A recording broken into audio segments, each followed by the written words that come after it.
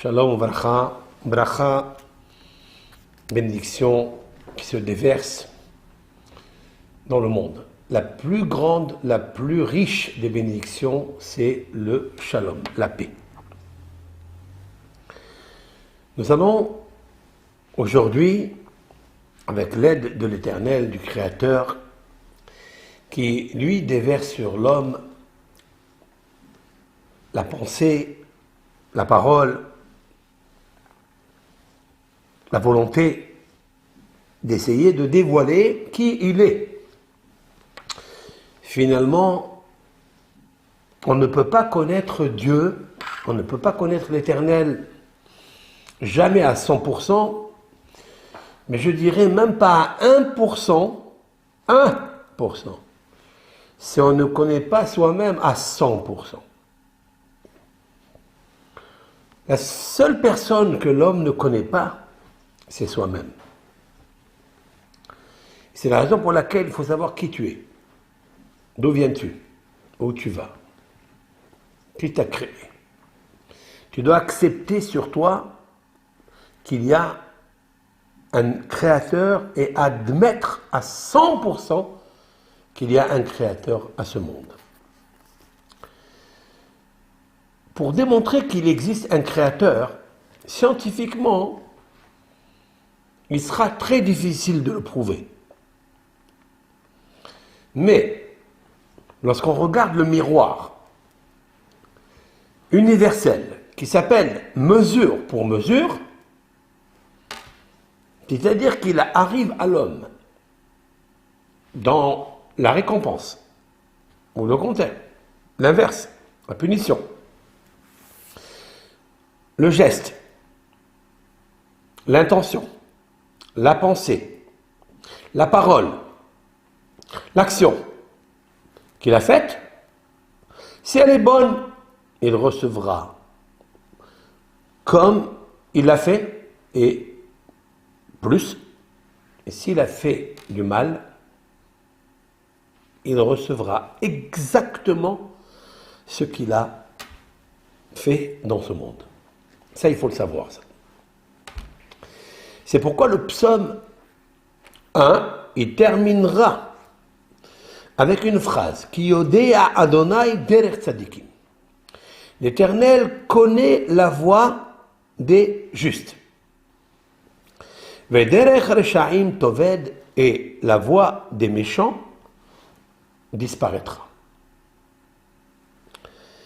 Après le psaume Lama Rakshu Goïm, le roi David va immédiatement entamer le deuxième psaume qui n'est en fait que le premier. Comme nous l'avons expliqué au nom de nos sages, que le deuxième et le premier psaume ne font que un. Et je voudrais à cela ajouter un parfum, pour ceux qui aiment le parfum, peut-être une épice, pour ceux qui aiment les épices. Moi, j'aime la lumière. Je voudrais amener ici une lumière à ce que nos sages, il y a 1800, 2000 ans, ont dit que le premier psaume et le deuxième ne font que un psaume.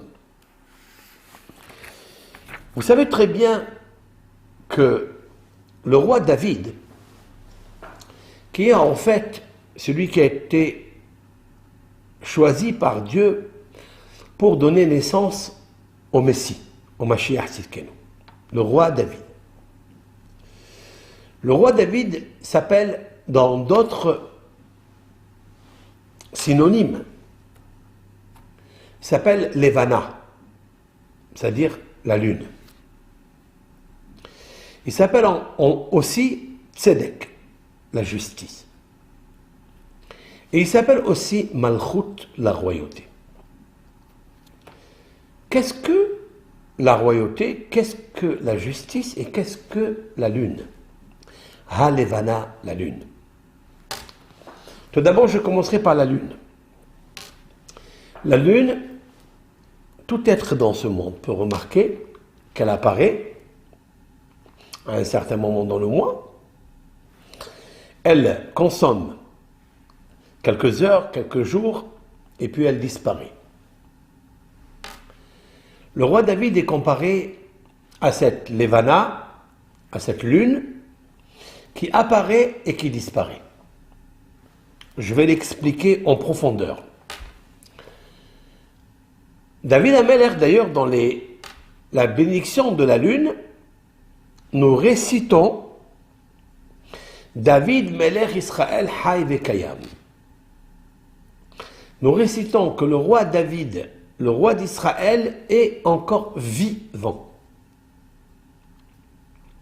Nous récitons cette phrase 3 fois.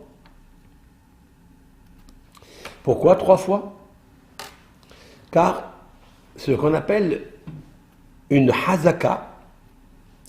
Hazaka, cela veut dire que quand tu répètes la chose 3 fois, ben, elle s'inscrit, elle s'imprime à l'intérieur de ton âme et dans les cordes de l'amour de ton cœur. Ça, c'est un test qu'il faudrait pratiquer pour toute chose que vous aimez, que vous voulez garder, que vous voulez vous souvenir. C'est le répéter 3 fois. Présomption, hazaka. Hazaka vient du mot hazak, ça veut dire fort. Tu veux que ça reste fort à l'intérieur de toi? Répète-le 3 fois. On a répété dans la Birkat Alevana, dans la bénédiction de la lune, car vous savez très bien que nous, le peuple d'Israël, nous pratiquons la bénédiction de la lune. On chante, on danse devant elle. Alors, attention à ne pas faire une erreur, on ne danse pas devant la lune matérielle, le luminaire lune. Non. Ni devant elle, ni devant sa lumière. Mais, nos kabbalistes, nos rabbins, et ils ont des preuves, des références talmudiques, des références bibliques, qu'en fait la lune représente la Shekhinah, la présence divine. La royauté est le royaume divin. La justice est justesse divine. C'est pourquoi on danse devant elle. Car elle, cette lune qui apparaît et qui disparaît, est comme la Shekhinah, la présence divine qui apparaît lorsqu'on lui donne la force. Lorsque nos prières sont puissantes, elles viennent par une bonne et belle et forte ferveur et intention. Et là où il y a l'intention, il y a la tension. Là où il y a la tension, on enlève toutes les tensions. Et en fait, plus tu donnes la force à Hachem, et plus tu augmentes la puissance de la lune, c'est-à-dire la lumière de la lune.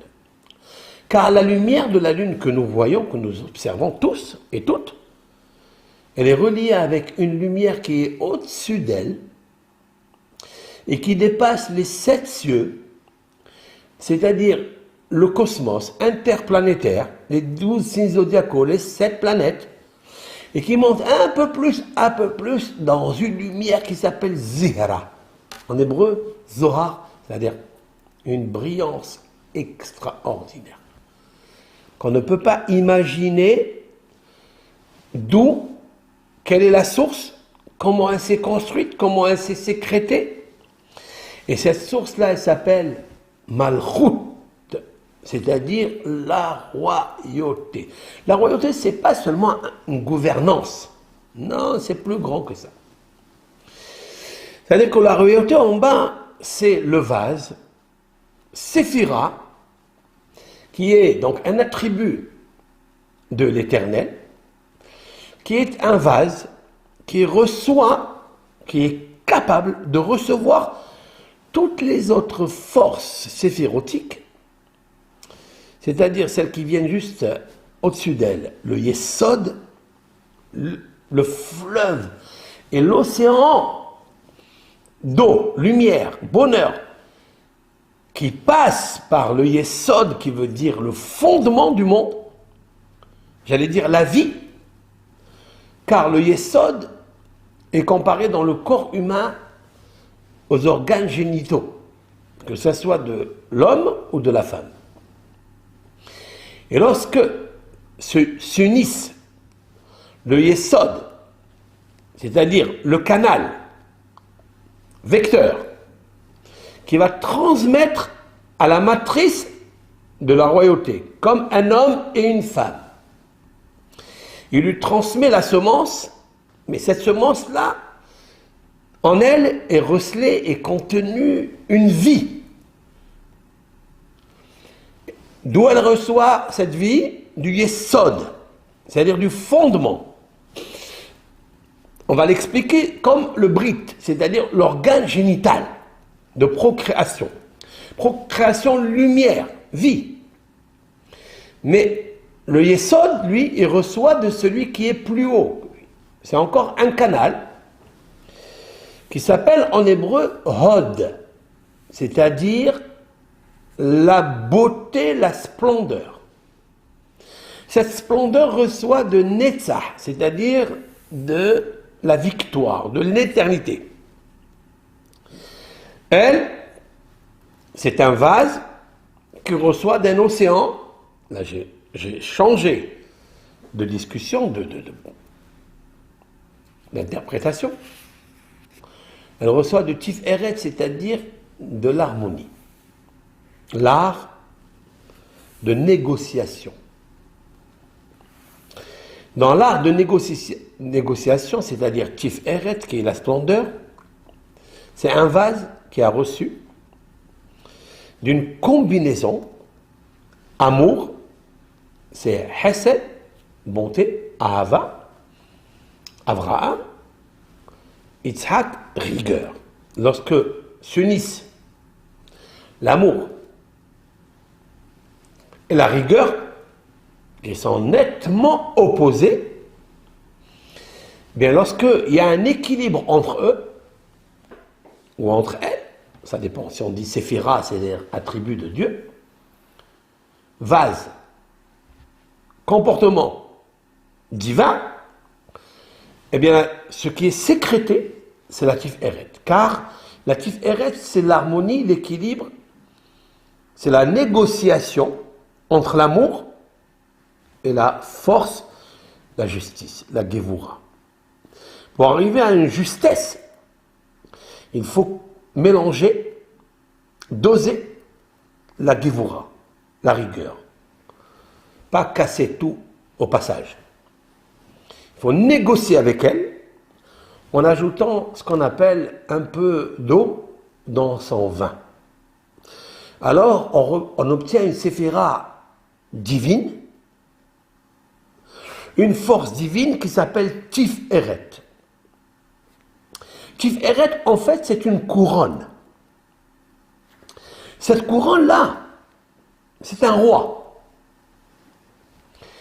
Akadosh Baruch Hu, l'Éternel, le roi, lorsqu'il agit avec amour, il essaye par cet amour de négocier avec le tribunal céleste de justice. Car le tribunal céleste de justice est implacable. Il n'accepte aucune négociation, aucun compromis, aucune concession. Il nous faut savoir que pour arriver à recevoir l'harmonie, la négociation, l'équilibre, pour obtenir Tiferet, il faut un grand travail, une grande maîtrise. Il faut ce qu'on appelle une malchoute. Malchoute, ça veut dire une royauté sur soi. La main droite correspond justement à la main forte de l'amour. Ce que j'appelle toujours la noblesse.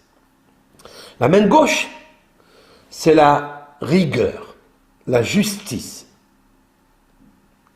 La main faible, la faiblesse.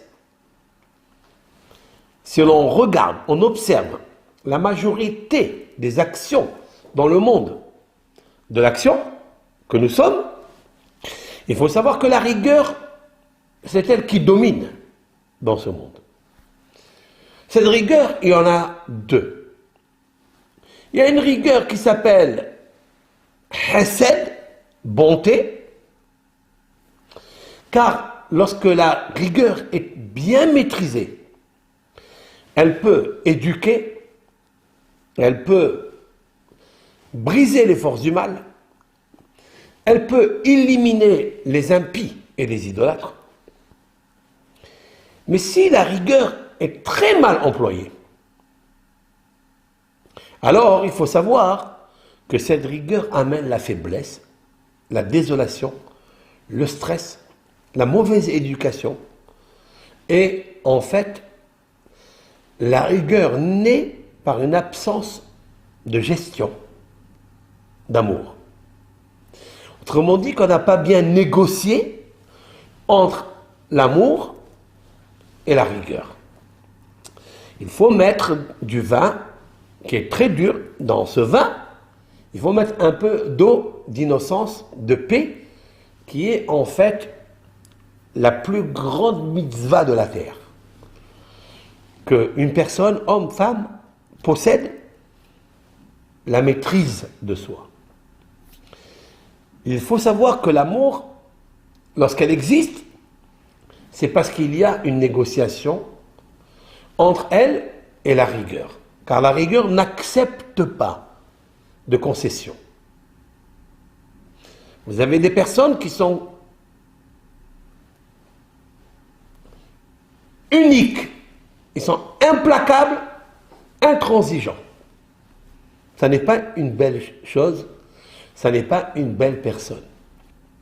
Une belle personne, c'est celle qui sait mélanger avec sa rigueur un peu d'eau. L'eau est transparente, l'eau est innocente, l'eau est blanche, translucide. Elle correspond à la qualité de l'amour, ahava, l'amour. Tandis que la rigueur correspond à la planète Mars, c'est-à-dire le rouge. C'est une couleur très dure, rigoureuse, soutenue, sérieuse. Midat Hadin, l'Éternel a créé, au début de la création, le tribunal céleste de la justice. Et ce tribunal, on ne peut pas le soudoyer. C'est impossible. Il n'existe pas un juge parmi qui siège dans ce tribunal qui peut être corrompu. Ça n'existe pas. Alors comment il accepte une personne qui a fait des péchés, qui a fait des fautes? Comment ce tribunal que Dieu a créé accepte qu'une personne fasse teshuva, c'est-à-dire demander pardon? Demander pardon à qui? Si une personne a tué, Dieu préserve, est-ce qu'il peut ramener l'âme? Comment est-ce possible de faire teshuva, de revenir, demander pardon à Dieu, de se repentir?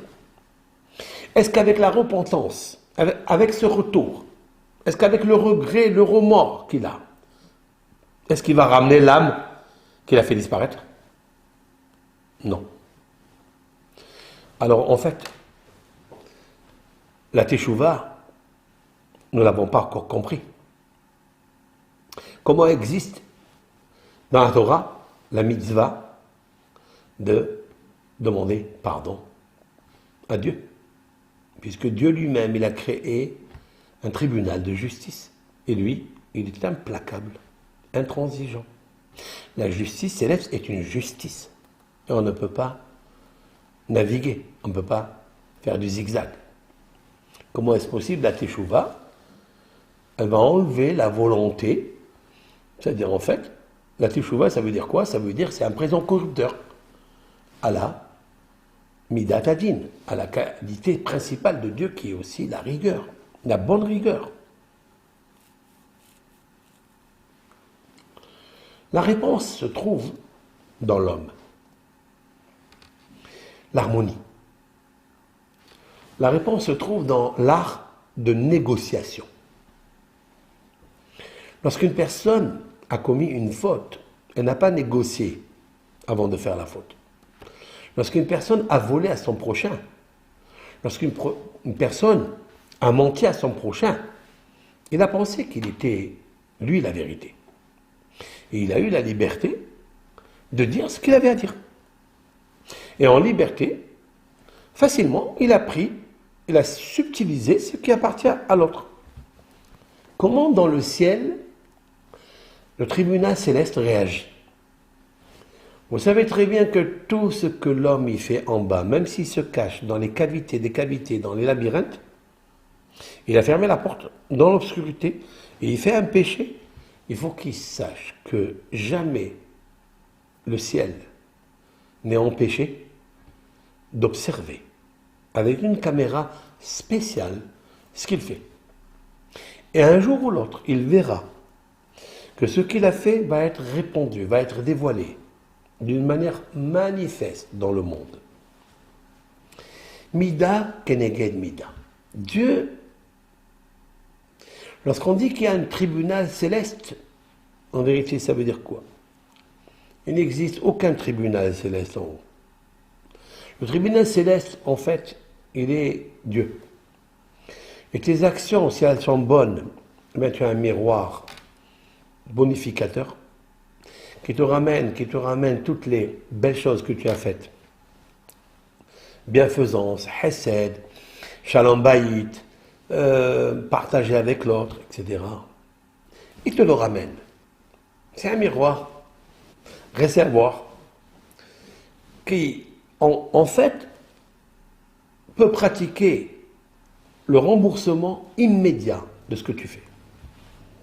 Si ton action, elle est pure. Ton action, elle est faite de Shem Shamaim, au nom du ciel. Et pas pour te montrer, pas pour te vanter. Tu l'as fait vraiment parce qu'il était nécessaire de la faire. C'est une belle chose, c'est une bonne chose. Si c'est ainsi, il faut savoir que Akadosh Baruch Hu, c'est ça la Midat Hadin. La justice céleste te rend ce que tu as fait. Si c'est le contraire, tu as fait une faute, tu as fait un acte indésirable, eh bien, c'est toi qui vas te punir toi-même. Et la Midat Hadin, la justice, la rigueur, la justesse, avec justice et justesse, elle te rendra ce que tu as fait. Le roi David va parler un petit peu dans les psaumes, il va le dire en ces termes. Bo kara vayahpirehu vayipol beshahat if'al. J'explique. Il a ouvert un puits, il a creusé, et il tombera dans le mal qu'il voulait faire. La justice céleste, c'est lui qui l'amène sur lui. Je répète. Bord, un puits, kara. Kara, ça veut dire creuser. Kara, ça veut dire ouvrir. Vayahpirehu, hafira. Hafira, ça veut dire il a approfondi. Comme quelqu'un qui creuse, il approfondit dans le puits. Vayipol, et il est tombé dedans, beshahat, par la destruction, if'al, que lui, il a délibérément posé, qu'il a lui commis. Donc, en fait, dans l'action de l'homme, si elle est faite avec noblesse, elle a créé un patrimoine de bénédiction. S'il l'a fait avec mauvaise intention, eh bien, il a créé la mauvaise intention, c'est lui-même. Cela veut dire que un homme qui réussit, il réussit de ce qui lui appartient. Lorsqu'il ne réussit pas, c'est qu'il ne lui appartient pas.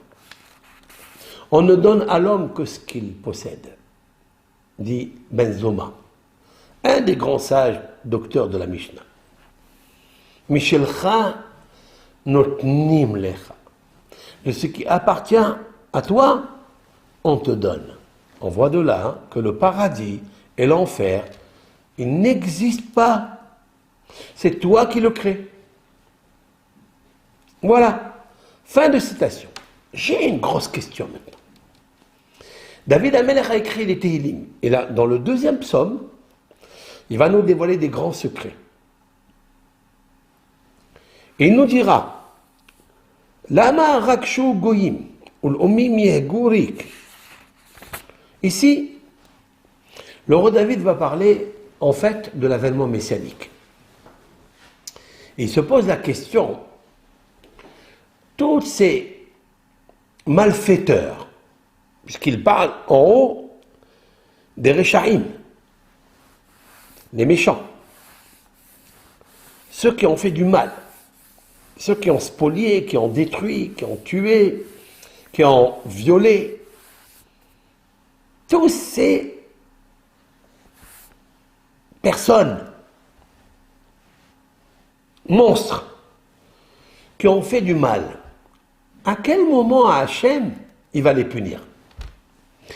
Est-ce que, selon le mal, le comportement qu'ils ont eu, est-ce qu'ils ont eu la même punition? Puisque nous parlons d'un miroir universel, mesure pour mesure. Est-ce que véritablement ils ont reçu? Ou bien pas encore? Il va arriver un moment, bien que maintenant ils ne sont plus de ce monde, ils ont disparu, que son nom soit effacé, Hitler. On ne sait même pas comment il est mort. Est-ce que l'Éternel a puni cet homme démon, mauvais, à visage de Satan, l'ange de la mort, qui a tué par son ordre des millions d'êtres humains? Est-ce qu'il a été puni par une simple mort comme un homme qui a fait un accident de voiture et il est mort? C'est tout. C'est ça que Dieu, c'est ça que Hachem, c'est comme ça que Dieu le punit. La réponse est la suivante. Il existe un verset dans les prophéties qui dit, à Jérusalem, écoutez bien, à Jérusalem, il existe un endroit, Emek Yehoshaphat. Emek, c'est la profondeur. Amouk, c'est profond. C'est une vallée qui est profonde. Elle s'appelle Yehoshaphat. Le mot Shaphat, vous savez ce que c'est Shaphat? Ça veut dire jugement. Un juge, nous l'appelons Shofet. Yehoshaphat, Yeho, Yud, He, Va, Dieu. Ce sont 3 lettres du tétragramme. Shaphat, il va juger. L'Éternel va juger ces hommes. Comment il va les juger? Ils ne sont plus de ce monde.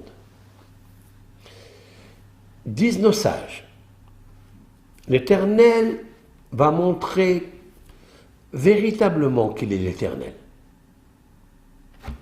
Et si marqué là, ici, pourquoi les nations, les peuples, les religions, les rois, les princes, pourquoi ils s'insurgent? Pourquoi ils se démènent? Pourquoi ils complotent ensemble sur l'Éternel et sur son Messie?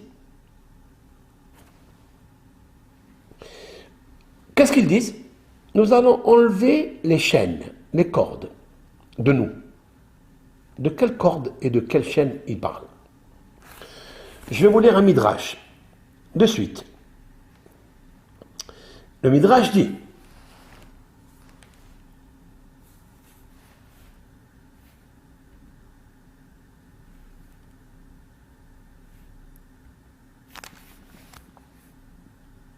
il faut que je retrouve ce midrash qui est très intéressant. Voilà. Écoutez ce midrash très lumineux. Quand je dis midrash, je ne parle pas d'un rabbin qui a existé au Moyen-Âge. Ça fait 500, 600, 700, 800. Non, c'est très haut. Nenateka et mosrotim. Je suis dans le verset 3. Qu'est-ce que disent ces peuples, ces nations, ces religions, ces idolâtres? Nenateka et mosrotemu. Nenatek en hébreu, ça veut dire retirons. Et mosrotemu nos chaînes. Venashlicha mimenu avotemu. et nous allons jeter des cordes. Voici, je cite, ce que dit le Midrash. Les Atid Lavo, à la fin du temps, époque messianique, Ba'in Umot Ha'olam, viennent les nations des peuples, pas la communauté juive, toutes les autres nations, Umid Gairin, et ils se convertissent au judaïsme. Manihim Tefilin, Berachem. Ils mettent les phylactères sur leur tête, sur leurs mains. Hein, c'est les fameux phylactères que l'on pose. Vous voyez combien un juif se trouve des fois à la synagogue, il y a des gens qui viennent, un maire de la ville ou bien un politicien, etc. Il rentre, il voit les téphilines sur la tête, il dit c'est quoi ça? Qu'est-ce qu'ils ont? Ce sont des chaînes. Ce sont des chaînes et des liens que nous avons avec l'Éternel. Alors, on leur a expliqué que c'est tellement beau d'expliquer que nous sommes attachés à l'Éternel unique par le cœur, et nous devons consacrer, sacrifier toutes les pulsions, tous les complots que nous pouvons avoir à l'intérieur de nous, toutes les mauvaises pensées, nous les catalysons, nous les transformons pour les remettre à Dieu, lui offrir à Dieu. Le Dieu unique qui nous a sortis d'Égypte. On explique ça à un non-juif. Et il comprend, il dit c'est extraordinaire. J'ai envie de le mettre moi aussi. Très bien.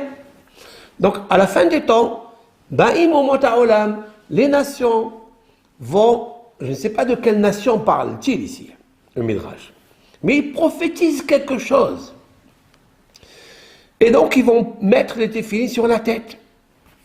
Ils vont poser les tzitzit, ce sont les fils électriques, sur les tzitzit, des bigdéhem, dans leurs vêtements. Vous savez très bien que la loi juive demande à l'homme, à partir du bar mitzvah, de 13 ans et un jour, de mettre le talit. C'est ce vêtement où, aux quatre coins du vêtement, nous mettons des franges. Ces franges, ils sont au nombre de 8, et il y a 5 nœuds. 5 et 8, ça fait 13. 13 dans chaque coin. Donc 13, c'est la valeur numérique Ahava, amour. C'est la valeur numérique Ehad, 1. Nous avons l'amour de Dieu qui est unique. Voilà une des petites raisons pourquoi on met le talit, pourquoi ces franges avec un nombre de nœuds et un nombre de fils. Ça fait 13. En fait, 13 et 13, droit, gauche, ça fait 26. C'est le nom de Dieu. Et puis les franges qui sont derrière, elles ont aussi 13. Et celles de derrière encore, puisqu'il y a 4 coins. 13, 13, 13, 13, ça fait en tous les cas 26 plus 26, ça fait 52. Pourquoi? Parce que le mot 52 vient du mot ben. Ben, c'est l'intelligence. Bina, l'intelligence, le discernement. Ben. Bet, c'est 2. Noun, c'est 50. Donc, quand je mets mon talit, je me couvre entièrement de quoi? Je me couvre de la deuxième séphira, c'est-à-dire de la mère, de la bina. La bina, en fait, c'est féminin. Et cette féminité, c'est la shechina bigvurata, dans sa puissance, intelligence. Je le mets sur moi, plus le talit, et plus les téphilines, ce sont les kéters. Kéter, ça veut dire ce sont les couronnes. Pour équilibrer les 4 milliards de connexions qu'il y a dans le cerveau. Une personne, si elle muscle son cerveau, il peut arriver à des milliards, 4 milliards de connexions. Il y a 4 compartiments dans les téphilines, 4 parchemins. Donc il y a 4 milliards de connexions ici avec gérées par la Bina et le Keter. C'est-à-dire le Keter, c'est la couronne. C'est quoi la couronne? C'est le roi. Autrement dit qu'il faut, grâce, et c'est ça, cette mitzvah de poser les téphilines sur la tête, en fait, c'est la maîtrise de toutes les mauvaises pensées qui s'agitent à l'intérieur de ton cerveau. Lama rakshu goyim. Pourquoi les nations, les peuples, les religions, les forces négatives se bousculent dans le cerveau?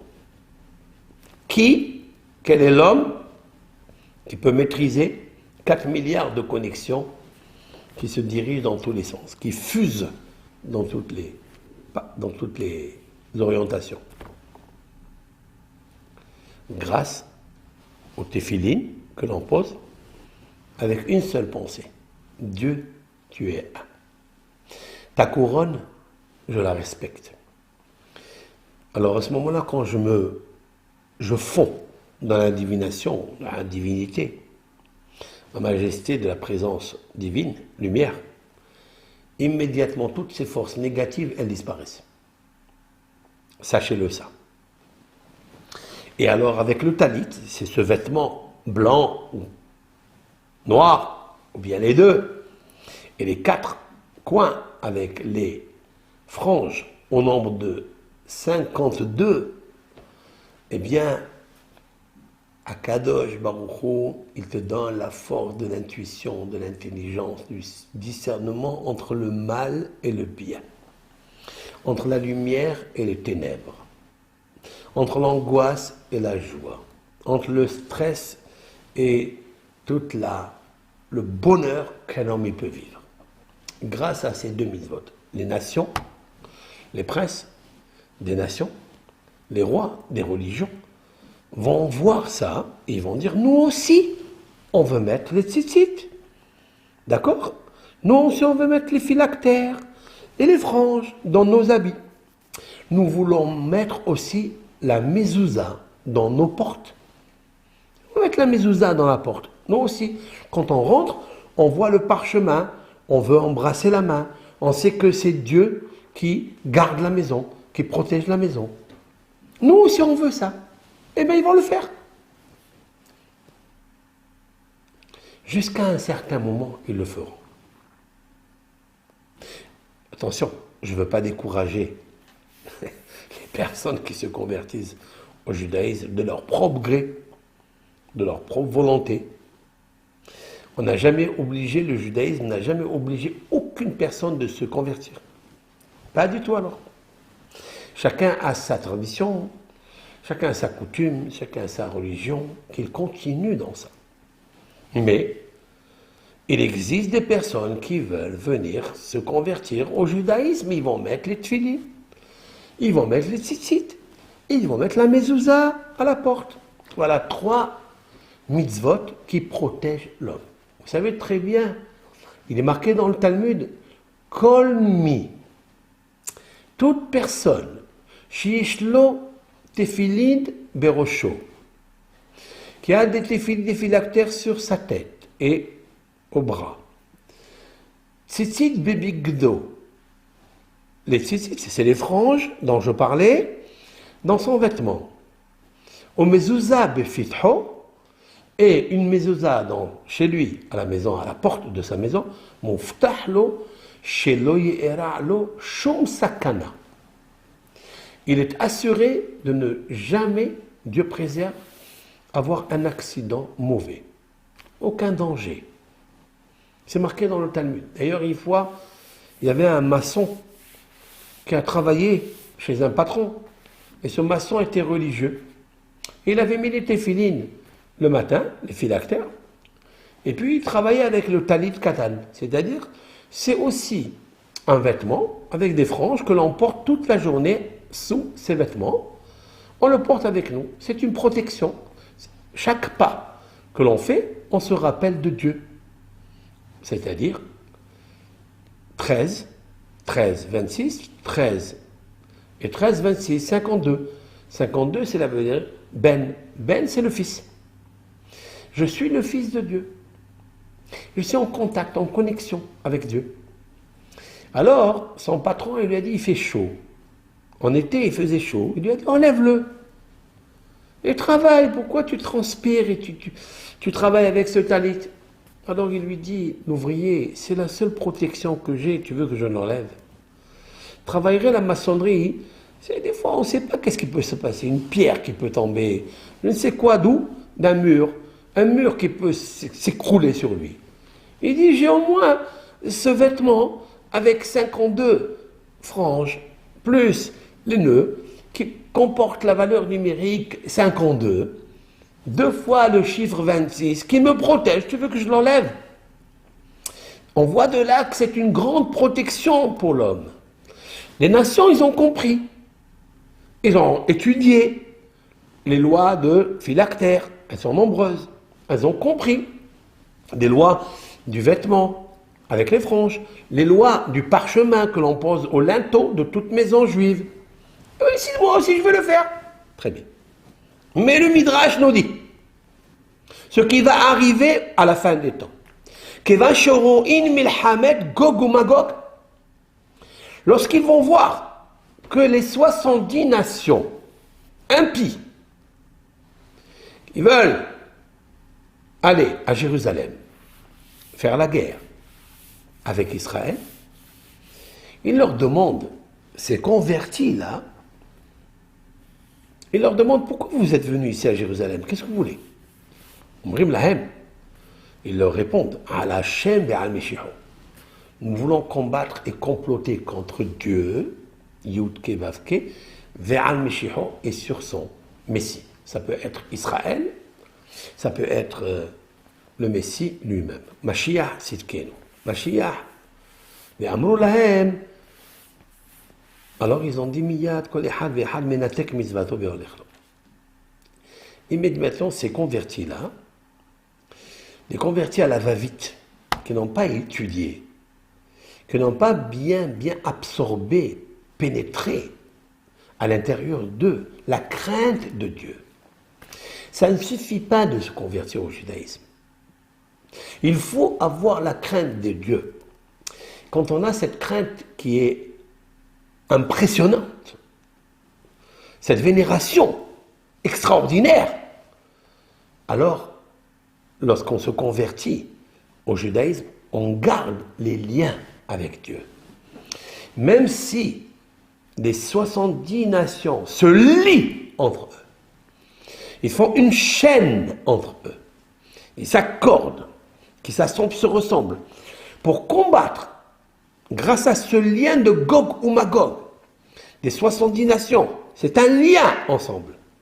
En fait, les 70 nations ne s'aiment pas l'une à l'autre. Aucun ne pense à l'autre.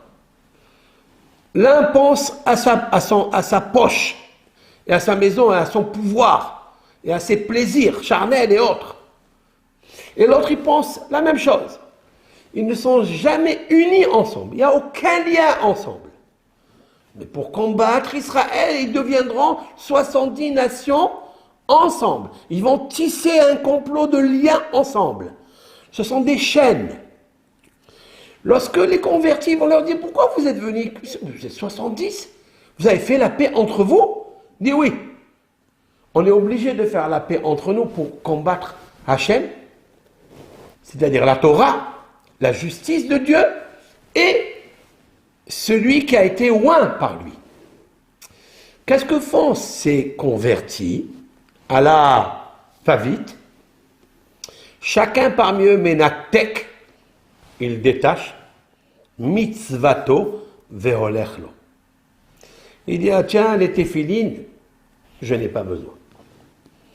Le talit, le vêtement avec les franges, je n'ai pas besoin. La mezouza sur la porte, je l'enlève. Et il s'en va. Il retourne comme il était avant. Alors le Midrash dit, c'est ça que le roi David, il a dit dans le psaume 2, verset 3, Nenateka et mosrotemu. Enlevant les liens Moi, j'ai pensé jusqu'à maintenant, comme vous, j'ai lu, et vous lisez tous et toutes les télim pour les malades, pour réussir, pour apporter la bénédiction, pour avoir le bonheur, pour casser les forces du Satan, du Aïnara, du mauvais œil. J'ai pensé comme vous. Enlevez les liens de quoi? Manafch. Je ne sais pas. Non, on parle ici des liens spirituels. Ils vont dire, puisqu'on va combattre Gog ou Magog, leur force de Gog ou Magog, c'est de combattre et d'enlever les liens qui unissent le Créateur à ses créatures. Il est vrai, et je tiens à le dire et à l'expliquer, le souligner et l'éclaircir, que les phylactères, donc les téphilines, qui sont fabriqués à base de cuir, les tzitzit, les franges, qui sont fabriquées à base de laine, et les mezuzot, qui sont fabriqués à base de peau d'animal ou d'animaux, il faut savoir qu'il n'y a que le peuple d'Israël qui a été investi dans cette mitzvah. Pourquoi? Très simple.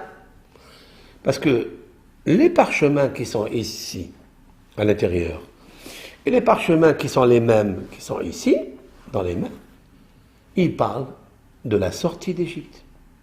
Ils parlent d'un peuple qui était esclave. Les enfants d'Abraham, Isaac, Yaakov. Yaakov, dans la section de l'Exode, est descendu en Égypte 70 âmes. Et lorsque la Torah nous dit 70 âmes, elle le dit au singulier. Shiv'im nafesh. Normalement, au pluriel, il y a une faute d'orthographe ici. Shiv'im nefesh, Shiv'im nefashot, aurait dû dire le verset. Le verset aurait dû dire nefashot, au pluriel, des âmes. Il y en a 70, non? Mais il a dit 70 âmes au singulier. Pourquoi? Parce que les 70 âmes d'Israël, de Yaakov, sont une seule âme. Ils n'ont rien contre personne, ni contre Dieu, ni contre les créatures de Dieu. Ils sont unis. Ils sortent de la même source. Ils sont 70 âmes. Ils sortent d'une seule âme. L'âme universelle. Dieu unique. Shema Israël Yaakov. Adonai Eloheinu Adonai Echad. Dieu est un, c'est lui notre Dieu un. C'est à lui qu'on sert. Et nous ne devons jamais être divisés. Parce que si on est divisé, et que des fois, on vient à la synagogue et on se lit parce qu'il y a une chambre qui nous réunit, ben nous avons les mêmes effets et les mêmes forces négatives que Gog ou Magog. Les 70 nations qui n'ont rien une avec l'autre, qui sont en fait 70 nefashot, c'est-à-dire 70 âmes qui sont séparées l'une de l'autre, mais ne s'unissent que quand il y a un complot par rapport à Dieu et par rapport à Eretz Israël, Jérusalem, le Beth Amikdash. L'Égypte a réuni 70 nations pour comploter contre le peuple d'Israël. C'est les mêmes 70 nations qui vont se réincarner un jour et revenir en Gog ou Magog, les 70. Ce sont les 70 personnes qui restaient après le Maboul, le déluge, il y en avait 70. Et ils ont comploté contre Dieu. Ce sont les mêmes 70 que Dieu a divisés, parce qu'ils sont divisibles, parce qu'ils ne viennent pas d'une même âme de Dieu, ou bien parce qu'ils ne se sont pas attachés par des liens à Dieu. Donc quand ils voient que ça leur coûte cher, ils se débarrassent justement. Quand ces convertis vont voir que les nations, 70, vont venir faire la guerre avec Dieu, ils vont dire, nous on veut être libérés, nous on veut être sauvés. Nous on ne veut pas rester dans le judaïsme, ça ne nous intéresse pas. Mais vous n'étiez jamais dans le judaïsme. Vous n'êtes pas sortis d'Égypte, pourquoi vous voulez mettre les phylactères? Dans les phylactères, il est marqué que seulement qui sont sortis d'Égypte. Qu'est-ce qui est écrit là-bas? Ceux qui étaient esclaves, Dieu les a sortis d'Égypte. Il leur a fait des miracles. Il a fait la mort des premiers-nés et il a sauvé les premiers-nés. Voilà ce qui est marqué dans les parchemins. Et puis, c'est le maître du monde, ok. Et après, nous avons reçu la Torah au mont Sinaï 50 jours après. Mais lorsque nous avons reçu la Torah au mont Sinaï, il y a là-bas un verset qui s'est déversé en prophétie à Moshe Rabbeinu, Moïse, le prophète, les serviteurs fidèles à Dieu. Moshe, il dit au nom de Dieu cette phrase. Vous allez contracter une alliance avec Dieu à jamais à vie. Et asher yeshnu po imanu hayom, toutes les personnes présentes physiquement aujourd'hui, très bien, ça c'est compréhensible. Ve'et, et aussi, asher enenu po, ceux qui ne sont pas aujourd'hui avec nous. De quoi s'agit-il? Est-ce qu'on va dire que ce sont les progénitures de ces parents qui étaient là, présents physiquement, pour recevoir la Torah? Ou bien ça veut parler d'autre chose? Parce que si les parents, en fait, ont reçu l'acceptation, ont accepté sur eux à 100% de rentrer dans le contrat de l'alliance d'étude de la Torah et des mitzvot que Dieu leur a demandé, en tant qu'esclaves cette fois-ci, mais serviteurs. Pas les mêmes serviteurs esclaves du Pharaon, mais des serviteurs au Dieu unique. Alors, si les parents acceptent sur eux quelque chose, les enfants, par la génétique, de facto, c'est sûr, eux aussi sont concernés. Donc, lorsque Moshe Rabbeinu il leur dit, et ceux qui ne sont pas aujourd'hui avec vous, c'est attribué aux enfants de ces personnes, ou c'est attribué à des non-juifs qui sont pas là, mais un jour ils viendront accepter la Torah.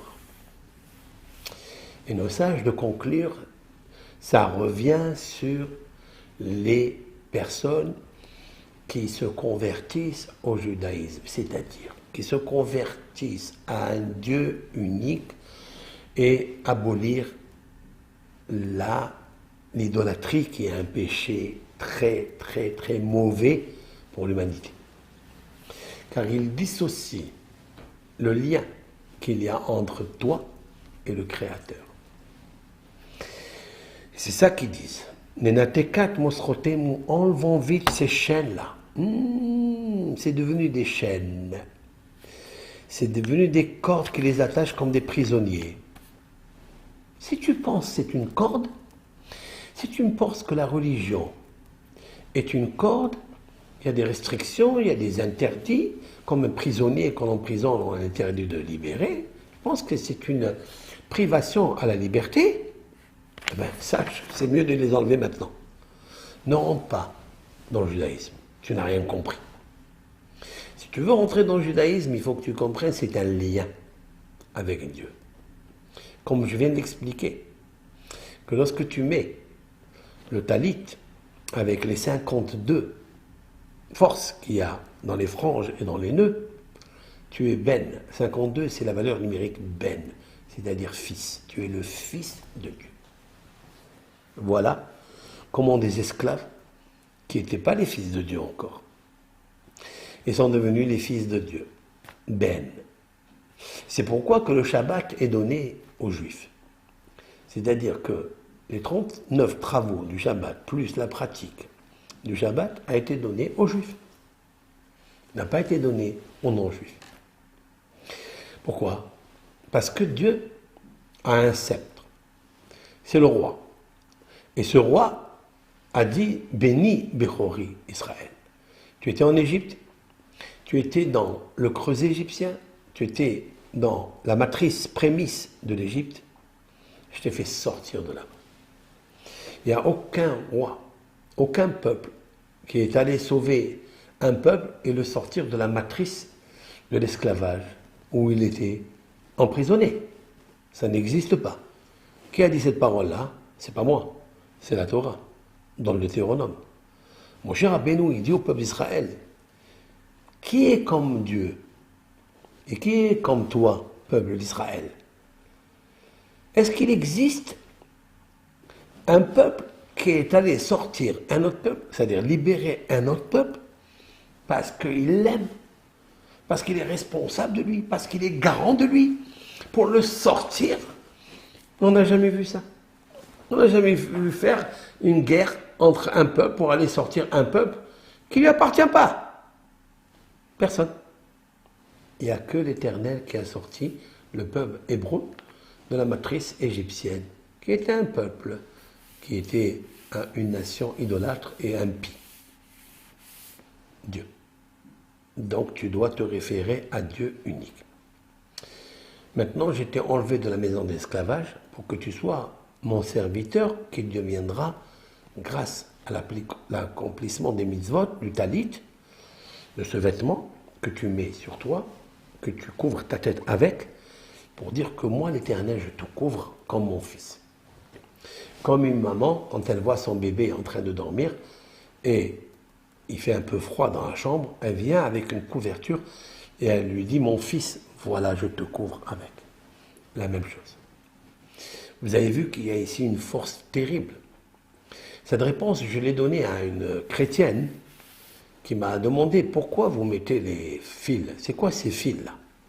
J'ai dit, ce n'est pas des fils, c'est des liens. Ce sont des liens électriques. Elle me dit, qu'est-ce que ça veut dire? J'ai dit, expliquez ce que je viens de vous dire. J'ai pris les franges, je lui ai fait compter devant elle, je lui ai dit, voilà, il y a 4 coins, ici. Il y a ici 8 fils, hein, et en fait, il y a 5 nœuds, ça fait 13. Il m'a dit, ça me dit quelque chose, le chiffre 13. Je lui ai dit, je vais vous dire c'est quoi? Ce sont les 13 principes de miséricorde, ce sont les 13 principes de la foi, ce sont les 13 Shevatim, c'est-à-dire Yaakov avec les 12 Shevatim. Ce sont les 13 puissances du monde. J'expliquerai un jour ce chiffre-là qui est très puissant. Il y a des roses avec 13 pétales.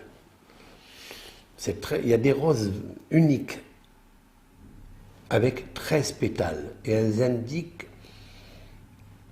des trésors. 13 or. 13 or. 13 or, trésors. Elles indiquent des lumières extraordinaires. Ce sont les 13 principes de la barbe. Dans la barbe, il y a 13 principes de lumière, kabbalistiquement parlant. Donc je lui ai expliqué, il m'a dit, je lui ai dit, mais ça indique quoi? Alors, bon, il y a 52, et après? Je lui ai dit non. 52, c'est 5 et 2, ça fait en fait ben. En hébreu, la deuxième lettre de l'alphabet qui est le bet, c'est 2. Et après, il y a la 50e, c'est-à-dire la 11e lettre, c'est en fait Nun, c'est 50. 52, c'est Ben, fils. Grâce à ça, nous montrons que nous sommes les fils de Dieu. C'est la raison pour laquelle quelqu'un qui pose sur lui ce talit, et le talit katan, même si il peut le cacher à l'intérieur, il fait une très grande mitzvah. Pourquoi? Parce que grâce à ça, il est lié, et il tisse, il brode un lien avec Dieu incontournable. Il peut aller là où il est, il sait que Dieu l'accompagne. Il sait qu'il porte Dieu 2 fois avec lui. 13, 13, 26. 13, 13 derrière, 26. 26, 2 fois le nom de Dieu avec toi. Est-ce qu'un homme comme ça, si vraiment il médite, vraiment il pense, est-ce qu'il peut fauter? Il ne pourra jamais fauter. Jamais il pourra commettre, Dieu préserve, une débauche. Parce qu'il y a le talik, le tzitzit. Si la force féminine destructrice, elle lui propose d'enlever ses vêtements, il sera obligé de voir le talit. Et ce talit-là, il va l'empêcher.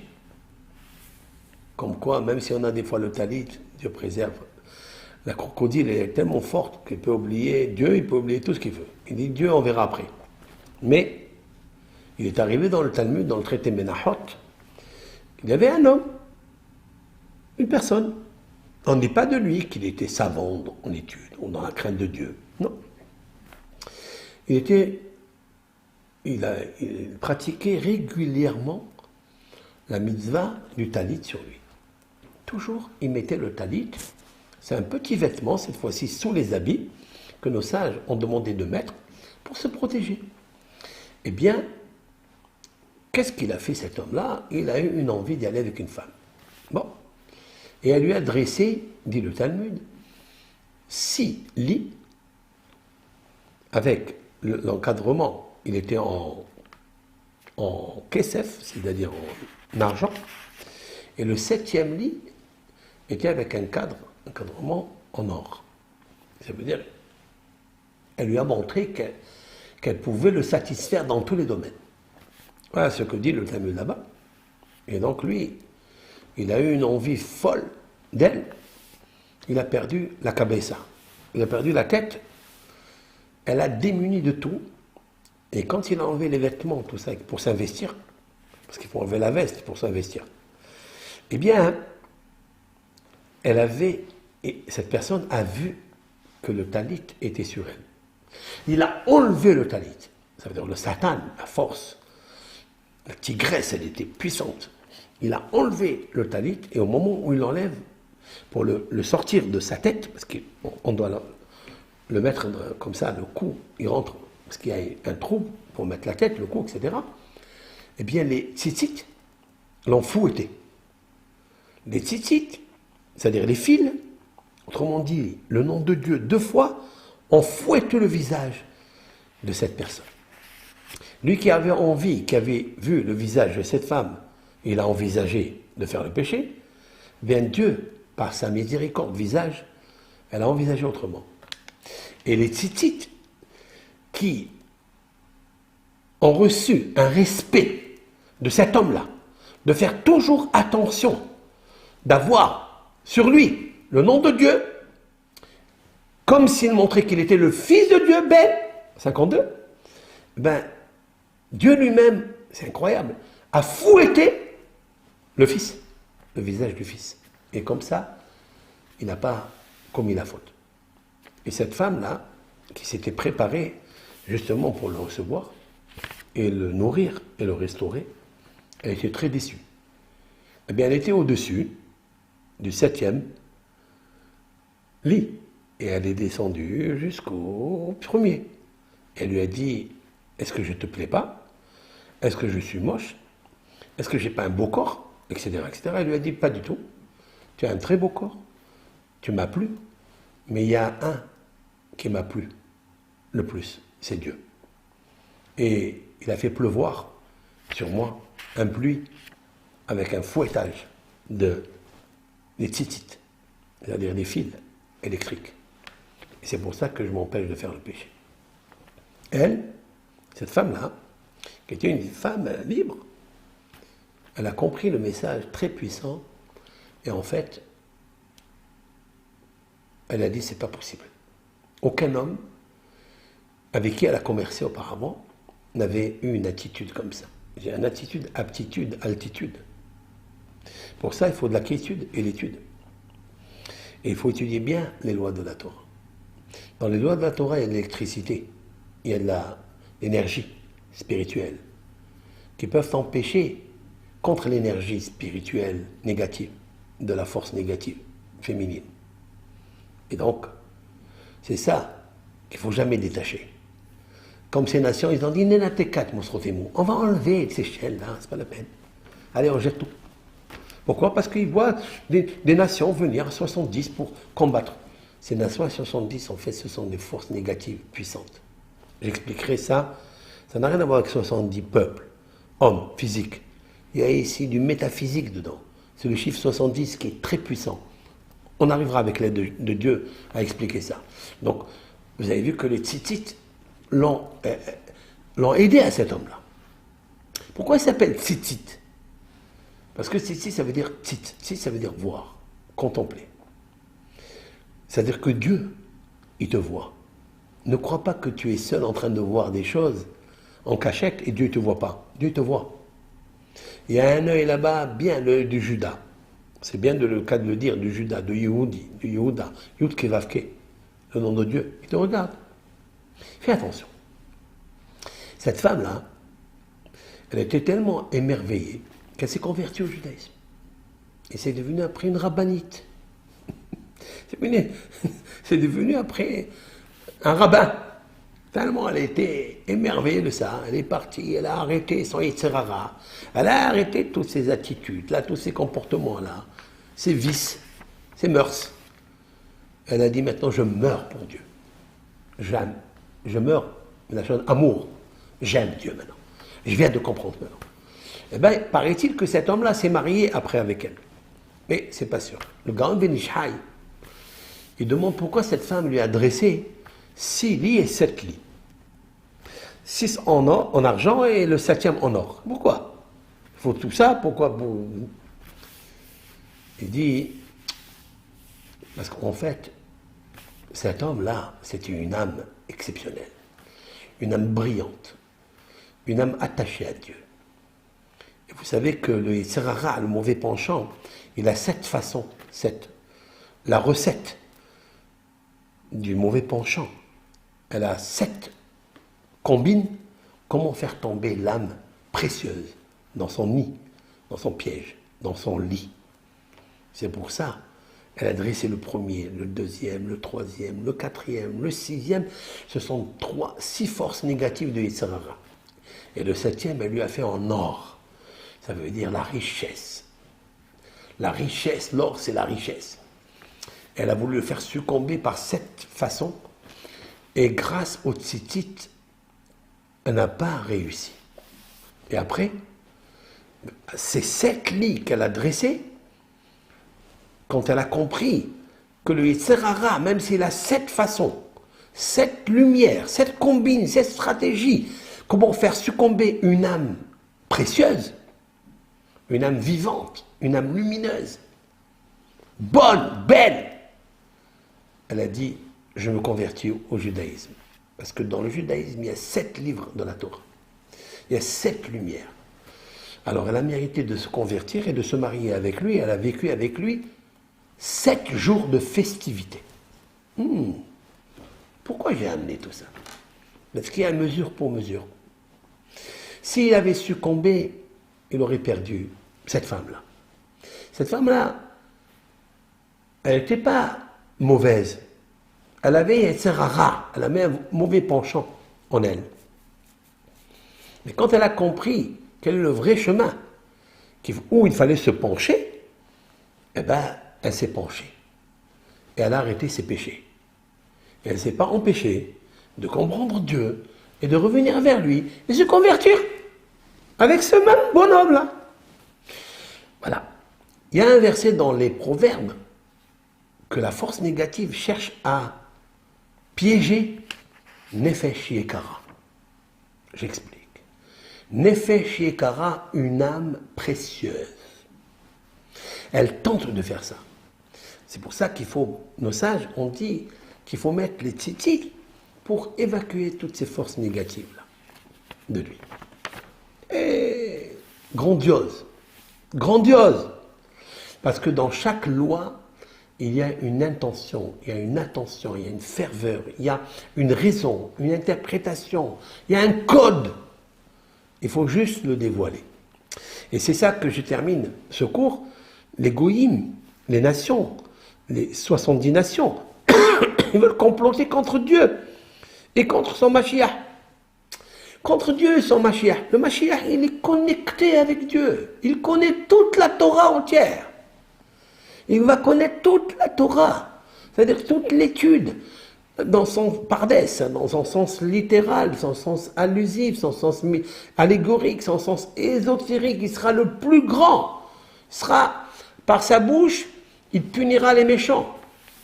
Il n'a pas besoin, comme dit là, le Midrash, il dit, waouh, je vais vous lire ce Midrash qui est extraordinaire. Il faut que je le retrouve.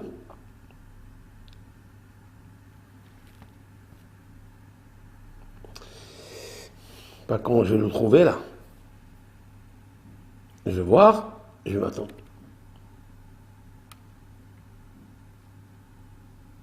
Je vais vous lire par cœur. Je ne le trouve pas maintenant parce qu'il y en a tellement de Midrash. Midrash, il dit, lorsque naîtra le Mashiach et gouvernera, eh bien Dieu va lui dire, tu sais, cette nation-là, elle a fauté à ton égard. Ça veut dire quoi? Ça veut dire, en fait, j'explique que cette nation-là, elle a coupé les liens qu'il y avait entre le Ben Israël et Dieu. Par quoi? Ils ont mis des téphilines, phylactères, ils s'attachent, cerveau, pour unifier Dieu. La mezouza, tu rentres, il y a Dieu, tu embrasses. Le talit, il y a Dieu, tu es le fils de Dieu, comme je viens d'expliquer. Et il y a des nations qui ont contracté des mauvais décrets pour annuler tout cela. Donc ils ont coupé les liens. Plus de mezuzot, plus de talit, plus de phylactères, rien. Donc vous avez dénoué le lien que j'avais avec eux. Eh bien, il dit, Dieu, au Mashiach, au Messie, il lui dit, tu sais que cette nation s'est révoltée contre toi. Il lui dit, ah bon, très bien, il n'a pas besoin de faire la guerre avec elle. Ça ne sera pas une guerre d'armes. C'est une guerre ni d'économie, c'est une guerre de lumière. Une guerre du royaume de Dieu. Que l'Éternel existe, c'est lui qui dirige tout, juste avec un regard, avec une pensée, avec une parole. Qu'est-ce qu'il fera, le Mashiach? Il dit, très bien, celle-là, elle a fauté contre moi, très bien. Il va donner un ordre à tous les sauterelles. C'est marqué, j'invente pas, hein. Toutes les sauterelles qui existent autour de cette nation, il va leur dire, allez, pourchassez-le. Les sauterelles vont se lever, ils vont aller inonder les maisons, les champs, tout ce qu'il y a là-bas comme nourriture, ils vont la manger. Ils vont la laisser dans la gêne et dans la faim. Il n'a pas besoin de faire la guerre. Comme ça que Mashiach va faire. D'ailleurs, c'est marqué on verra ça dans Parashat Shemot, dans l'Exode, il y a un verset qui dit « J'enverrai le frelon ». C'est tout. Pas besoin d'armes, pas besoin de tout ça, tous ces tanks-là qu'on crée, tout ça, il n'a pas besoin de Mashiach. Ce sont juste pour se préserver, pour légitime défense. Mais Dieu, il n'a pas besoin de tout ça. Aujourd'hui, on a besoin de tous ces armes pour se défendre. Parce qu'on n'est pas des saints, on n'est pas des justes. Voilà, très clair.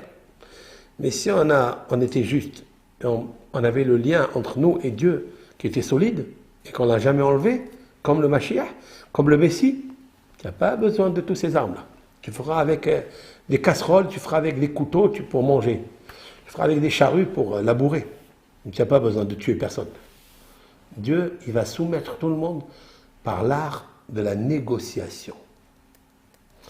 Cette force-là, qui s'appelle l'art de la négociation, il est des hommes comme ça sur la terre, qui ont une force. Elle vient de Yaakov Avinu et David Amelech. J'expliquerai cela. Yaakov, c'est la négociation entre la bonté et la noblesse et la faiblesse, entre la justice et l'amour. C'est de mettre un équilibre entre eux, de négocier entre eux.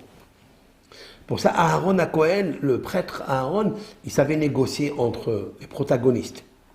Le roi David, il est marqué dans le Talmud Sanhedrin, Asiti Mishpat Vatsedek. Le roi David dit, j'ai fait la justice et la charité. Qu'est-ce que ça veut dire? Si tu as fait la charité, c'est pas la justice. Si tu as condamné quelqu'un et qui doit le dû à tel, donc tu as fait quoi? Tu as fait la justice. C'est quoi la charité? Tu ne fais pas la charité parce qu'il y a un qui sort mécontent et l'autre qui sort content. C'est la justice. Le roi David, il a fait la justice. Après, il a dit à celui qui a été innocenté, il dit bravo pour toi. C'est toi qui as raison. Celui qui a été rendu coupable, il lui dit, tu es d'accord avec ce que j'ai fait? Il dit oui, je suis d'accord avec eux. J'accepte la justice. Après, quand il partit, l'innocenté, il partait, il lui disait viens. Il va dans son coffre-fort, il dit combien tu as perdu? 10 000 euros. Voilà, je te donne de la caisse du roi, je te donne 10 000 euros. Ça, c'est la charité. Asiti mishpat vatzedek. Baltaneheni le oshkai.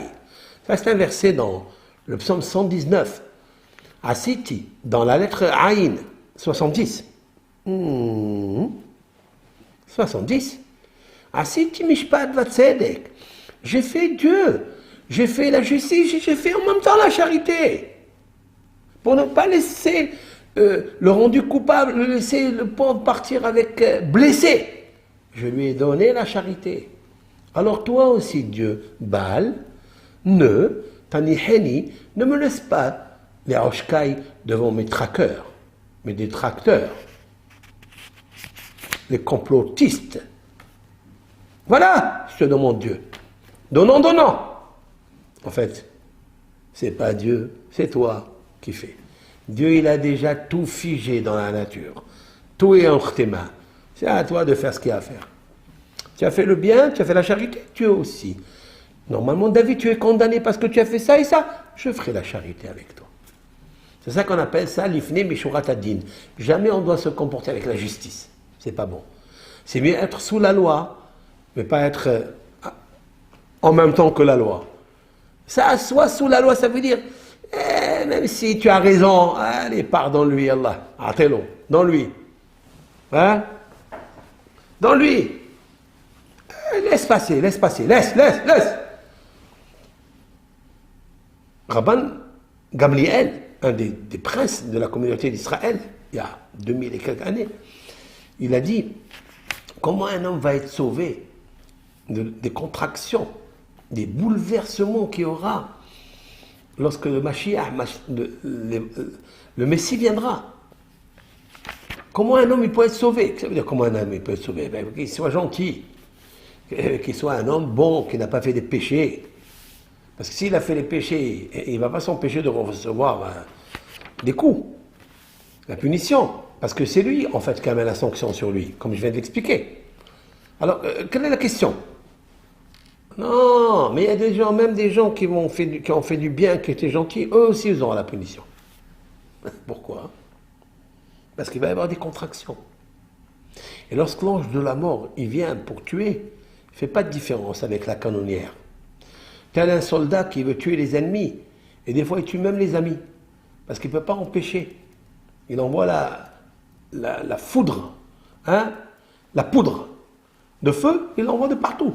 Et il y a même des soldats qui sont morts, qui sont de son camp, de son communauté. Ça est arrivé plusieurs fois, dans les guerres d'Israël et dans les guerres de David. C'est pour ça que le Talmud demande. Il dit comment un homme il va se sauver, il va être libéré des contractions du Messie, c'est-à-dire de ce moment terrible. Que même le tzaddik, il peut, Dieu préserve, quitter ce monde. Nous avons vu dans la Shoah, plusieurs tzaddikim sont morts, plusieurs justes de ce monde sont morts. Ils ont été calcinés. Pourtant, ils ont fait du bien, ils ont fait des prières. La réponse, quand il y a Malach HaMavet, quand il y a l'ange de la mort, ils ne peuvent pas distinguer. Ils tuent. Nous allons le voir dans la plaie de la mort de premier-né.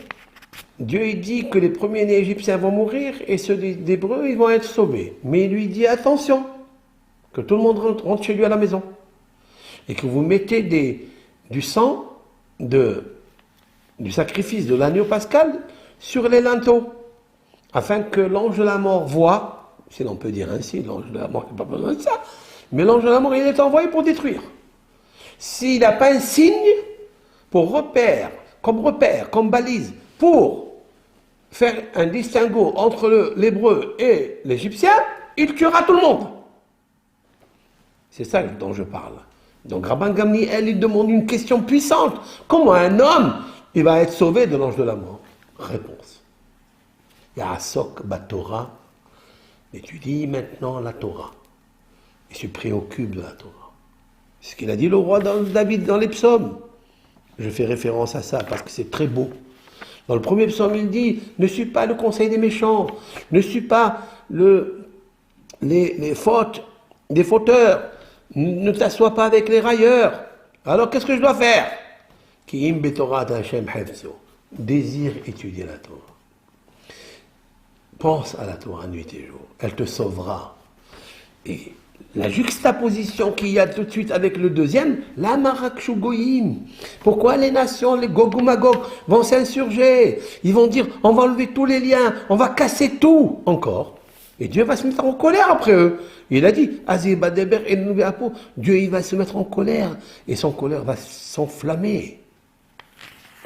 Mais si sa colère s'enflamme, ça veut dire l'ange de la mort, comment tu vas te sauver toi? Ya'asok Batora, étudie la Torah. Ya'asok Big Milot Hasadim, fais du bien. Donne. Tu as le pouvoir de donner. Dieu t'a donné, donne. Partage. Va. Et fais-le aussi discrètement. Ne te montre pas.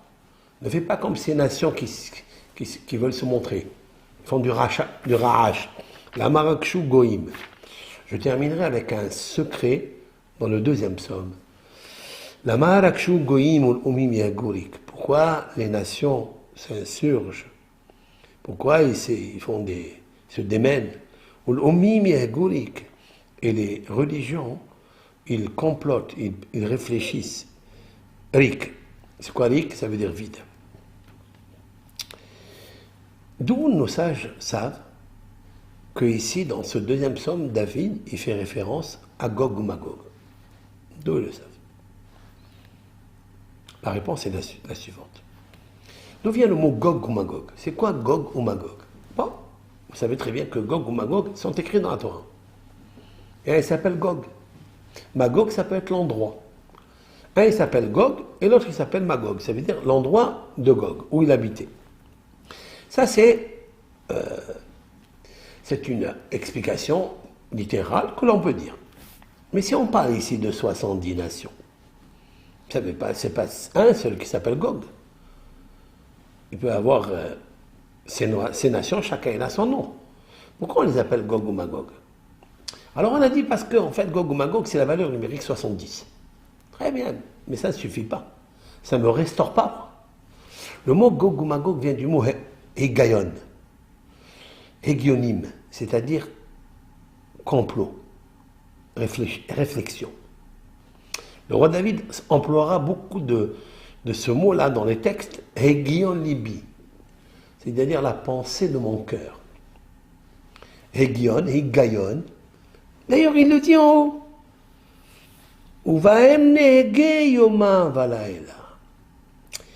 Et il s'attache à la Torah et il pense à la Torah. Yehge. Yehge, ça veut dire réfléchir, Higayon. En fait, c'est pourquoi la juxtaposition de ces rois, parce que Gog ou Magog, c'est la valeur numérique de Hegionim. C'est-à-dire, c'est ceux qui pensent, ceux qui complotent dans le mal. Et ça va être eux, ces 70 nations. Eh bien, l'Éternel, il va s'insurger avec force. Regardez avec moi comment l'Éternel, il va agir et rendre leur complot nul, vide. Il est marqué Umim Yehgu Rik. Et ces nations religieuses, Yehgu, ils vont penser Rik. Rik, ça veut dire vide. Regardez les initiales. Umim, il y a un Vav. Yehgu, il y a un Yud. Rik, il y a un Resh. Resh, Yud, Vav. C'est le nom puissant de la Givura, de la force. C'est le chiffre 216. C'est un grand scoop, ça. Dieu merci, tu m'as fait dévoiler dans les paroles de David Ameller, qui des fois sont lues sans compréhension, à la va-vite, sans réfléchir, sans concentration, sans intention, sans attention. Et là, en nous découvrant quelque chose de magnifique, majestueux, que le nom de Dieu y figure, le nom de Dieu qui gouverne la Givura, c'est-à-dire la puissance. C'est avec ça que Dieu il va rendre tout nul, lorsque Dieu y veut. Je terminerai avec quelque chose. Je ferme le livre de Téhilim. Nous avons observé, tous et toutes, à la lecture de la section Shemot, nous avons vu que l'Éternel a dit à Moshe Rabbeinu de prendre le bâton, de le jeter, le transformer en serpent. Yes! Et après le serpent, il est devenu en bâton, et après il a absorbé les serpents du pharaon, des magiciens. Quelle est l'allusion dans tout ça? Qu'est-ce que Dieu, il veut faire des miracles? Mais Dieu, il va faire des miracles plus grands que ça. Déjà que le Nil se transforme en sang, alors que l'eau ne peut pas, la substance eau, il n'y a pas à l'intérieur d'elle des microbes, des infections pour se transformer en sang. C'est déjà un miracle fantastique. Pourquoi il dit de prendre une matérialité, bâton, et puis il dit de transformer en serpent? Il y a plusieurs explications sur ça. Mon explication est la suivante. Le bâton, c'est un support, c'est un appui. L'homme, il s'appuie sur le bâton, sur les fondations qu'il a, la richesse, la beauté, le bureau, l'affaire, le succès. C'est un bâton, on s'appuie dessus. L'Éternel, il te dit, écoute-moi mon frère, mon fils, écoute. Si tu ne fais pas gloire à Dieu, si tu ne laisses pas le royaume de Dieu prendre place dans ta vie, tu ne mets pas la mezouza à la maison, tu ne mets pas le tzitzit, tu ne mets pas le téphilin, il faut que tu saches que je peux rendre tout ça en serpent. Ça veut dire le serpent, en fait, il n'a aucune parnassa, rien. Le serpent n'a pas de support, du tout. Dieu lui a dit, écoute-toi, dans la Genèse, il lui a dit, toi, serpent, tu ne vas rien manger, tu vas manger que du sable. Tu ne pourras pas manger des bonnes choses. Même si tu manges des belles choses, des bananes et des taureaux, il y a des pitons qui avalent des cerfs. Le goût de cette viande bien fraîche, eh ben, ça n'est pas le goût que sentent les lionnes ou le lion quand elles accrochent leurs dents dans le sang du cœur d'une vache qu'ils attrapent, ou d'un zèbre. Ils sentent un bon goût. Toi, le serpent, tu ne goûtes rien. Tu goûteras du sable toute ta vie. Donc le bâton, quand tu t'appuies sur quelque chose, ta richesse, ta beauté, ta structure, ton affaire, sache que je peux te transformer dans la même minute, tout en serpent, c'est-à-dire qui n'a pas de goût. Rien. Regardez la pandémie. Waouh! Dieu préserve. Des gens qui étaient au summum, structurés, sur des fondations, qui étaient des bâtons, des supports. Ils avaient des supports banquiers, dans la bourse, tout. Waouh! Quand la Gévora de Hachem, Resh Yud Vav, lorsqu'elle va, elle sort pour exercer la gouvernance, la puissance de Dieu. Là, il peut transformer les choses comme ça rapidement. Tu avais la structure, tu es maintenant comme un petit serpent qui n'a rien du tout. Bien tu as, mais tu goûtes rien du tout parce que tu es amer, tu as perdu tellement de choses que tu es amer. Ça, c'est la première réponse. La deuxième réponse qui, pour moi, elle est aussi vraie, peut-être même plus puissante dans l'énergie. C'est qu'en fait, le bâton représente la gouvernance. Je dirige. Ce n'est pas seulement un support, mais la direction, la gouvernance, la royauté. Le prince, je suis un prince, je suis un roi. Et alors, tu te dis, mais voilà, c'est moi qui gouverne. Dieu, il te dit, attention, Pharaon, tu gouvernes. Tu as beaucoup d'esclaves juifs, des esclaves égyptiens, tu gouvernes sur l'Égypte, tu gouvernes même sur le Nil. Tu gouvernes, c'est le bâton de gouvernance, c'est le sceptre du roi.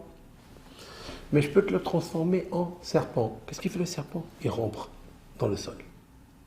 Il est plat. Le bâton, tu peux le mettre debout, tu peux le lever. Mais le serpent, il est plat. Il rentre dans le sol, il est par terre. Je peux mettre ta gouvernance par terre. Ton bâton, ton sceptre, toi, le pharaon, je te mets par terre.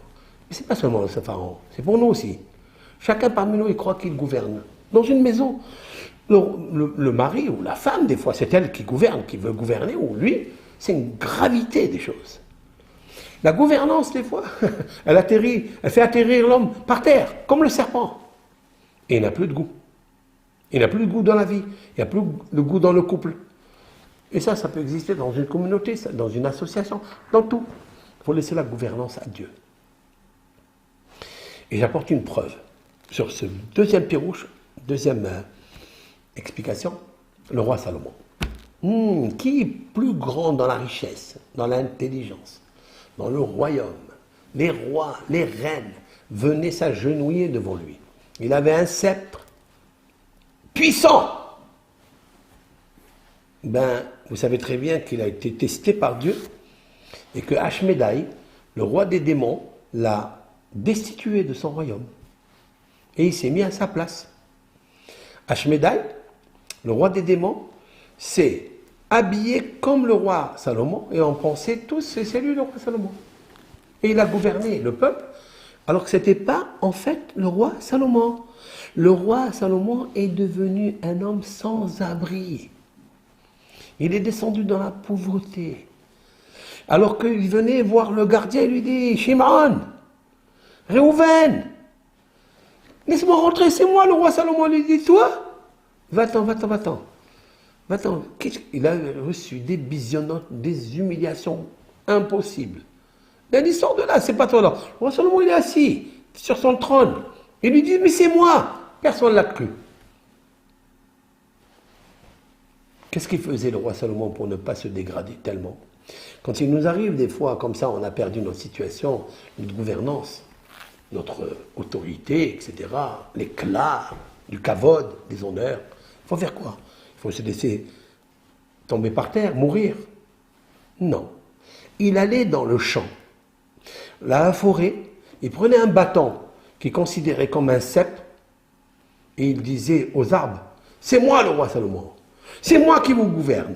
Vous allez faire une chose pareille. Vous allez vous plier devant moi. Vous allez faire tomber la pluie. Vous allez prier et me donner des fruits. Comme ça, il rehaussait sa personne pour ne pas se condamner complètement. Parce que l'homme ne trouve pas le kafzechout à l'intérieur de lui. Il dit, si je suis arrivé à cette situation-là, c'est que je suis tawalo. Je suis le plus mauvais des hommes. Alors il allait, pour ne pas se dégrader, il allait dire, moi, c'est moi le roi Salomon. Voilà. C'est plus le sceptre en or. Ok? Et c'est un bâton que pour lui, dans sa tête, il a rendu en or, comme le sceptre du trône, du royaume. Tout dépend de ce que tu penses. Si ce bâton-là, c'est un bâton de bois, mais toi, tu deviens la personne qui transforme ce bâton dans ta tête. Tu le transformes, même si c'est un bâton pauvre, tu le rends dans ta tête riche. Immédiatement après, Shlomo HaMelech a été reçu par Dieu. Et il a redétrôné Ashmédaï. Il est revenu au trône. Tu as le sceptre, c'est le bâton. Tu gouvernes, fais attention. Parce qu'un jour, tu peux être comme le serpent par terre, qui rampe le sol. Ça, on connaît, ça c'est l'habitude, c'est les mœurs du serpent. Vous comprenez? Donc, pour ne pas tomber dans le serpent, il faut être présent. Présent, c'est l'anagramme du mot serpent. Et pour être présent, il faut avoir la présence de Dieu. Vous comprenez? Parce que Dieu est présent, le serpent n'existe pas. Lorsque tu as une situation, Dieu est présent devant toi. Jamais tu le lâches. Tu ne le lâches pas, il est avec toi. Jamais il te manquera. Jamais tu n'auras un goût amer de sable comme le serpent. C'est ça que Moïse a fait entendre au peuple d'Israël. C'est la raison pour laquelle la manne, elle avait tous les goûts. Parce que c'est moi qui décide si elle a le goût ou elle n'a pas le goût.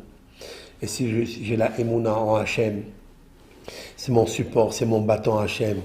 Alors il transforme tout en manne. Il y a tous les goûts. Mais si tu n'as pas la émouna en Hachem et tu crois que le bâton c'est toi et tu gouvernes, il transforme tout en serpent. Les serpents qui les ont attaqués dans le désert. Les serpents qui n'ont pas de goût. Et il n'y a pas de manne. Il n'y a aucun goût. Vous comprenez? Celui qui veut manger bien, même si c'est un plat qui est modeste, mais si dans sa tête, il y a Dieu avec lui, eh bien il mange avec Dieu. Donc essayez de manger et d'étudier. C'est pourquoi le roi David dit, la Maharak Shugouim, pourquoi vous êtes en train de faire tout ça? Vous les religions, au Mimi et Gourik, vous êtes en train de comploter, vous êtes en train de penser Rick vide. Et là, je dévoile le nom secret de Dieu, sacré. Ul Ummim Ye Gourik Fav Resh Yud. c'est-à-dire Rio. C'est le nom de Dieu, Gevura, dans la valeur numérique est 216. Mais 216 dans la valeur numérique théosophique, c'est 9. Et 9, c'est la vérité. C'est-à-dire la lumière, c'est la vérité. Et lorsque la lumière elle éclate, alors toutes ces nations, ils vont voir qu'en fait, Makanwalo, il n'y a rien. Rick. C'est tout est vide. Vide. Tout vous pensez que vous avez dit comploter contre Hachem, Makanwalo. Choum Dabar. Il faut se renforcer dans les Teilim, car les Teilim ont une forteresse, une suprématie. Ils peuvent ramener l'homme à la Teshuvah et ramener l'homme à Dieu et Dieu à l'homme dans son dévikout de Hachem. Il te l'a tout dans l'enthousiasme, de feu d'amour en Hachem.